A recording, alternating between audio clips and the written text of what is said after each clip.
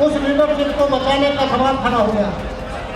यहाँ जिस तरह से शिक्षा की लूट मच रही है, यहाँ 1 लाख आदमी एजुकेशन में 1 लाख बच्चे पढ़ते हैं, जिसके लिए 25,000 बच्चों का एडमिशन होना था, लेकिन 6,000 से निपटा गया और केवल 3,000 एडमिशन हुए। और जो स्कूल है वो सारे private school Bharatiya Janata party के नेताओं के हैं। यहाँ शिक्षा माफियाओं और भूमाफियाओं ने और बड़े बड़े व्यापारियों ने राजनीति को तिजोरी में कैद कर दिया। हम लोग इस विधानसभा के उपचुनाव में इसी आंदोलन को लेकर आगे बढ़ रहे हैं कि तिजोरी से, बड़े बड़े व्यापारियों की तिजोरी से गाजियाबाद की राजनीति को मुक्त कराना और आम आवाम के हाथ में इस राजनीति को सौंपना। यह गाजियाबाद में सब जानते हैं किस तरह से सामने का नगर निगम है, यह आपस में लूट को लेकर जुट बच रहा। एमएलए कह रहे हैं कि मेयर का पति फाइल ले जाते हैं और ठेकेदारों से वसूली करते हैं। उन्होंने बैन कर दिया कि मेयर का पति नगर निगम के कार्यालय में नहीं आएगा। आपस में झूठ की पूरी चल रहा कि लूट को लेकर कैसे झूठ बजा हुआ। यहाँ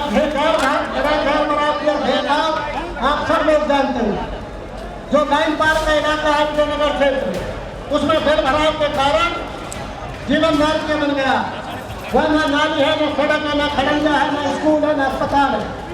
लोग नाल के जीवन जी रहे। और उसके अलावा जहाँ जहाँ हमारी दलित और मुस्लिम बस्तियाँ हैं, उन दलित और मुस्लिम बस्तियों में कोई सुविधा या न नगर निगम ने की है और न स्थानीय नेताओं ने की है, जिसके कारण यह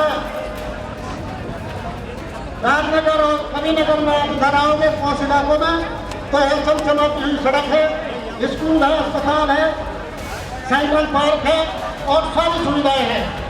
लेकिन दलित और मुस्लिम बस्तियों में कोई सुविधा नहीं है।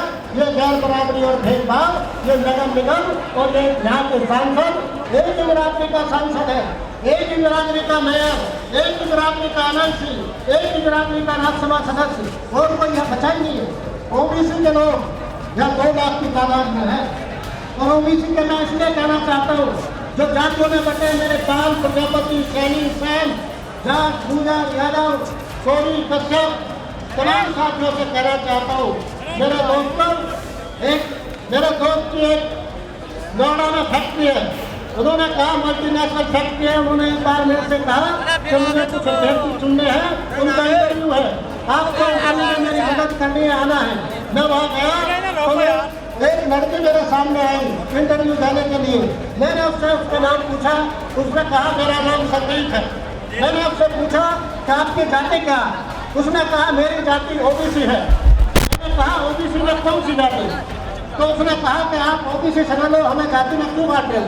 मैंने अपने दोस्त से कहा कि इनको एक 4 का हेड लगा दो, इसमें बहुत ज़्यादा दिमाग है। फिर मैंने पूछा उससे, मैंने कहा आप बताओ ओबीसी का मतलब क्या है? तो उसने बताया मतलब, आप गौर से सुनना उसने क्या मतलब बताया। उसने कहा ओ का मतलब है और बी का मतलब है बड़ा, और सी का मतलब है चौधरी।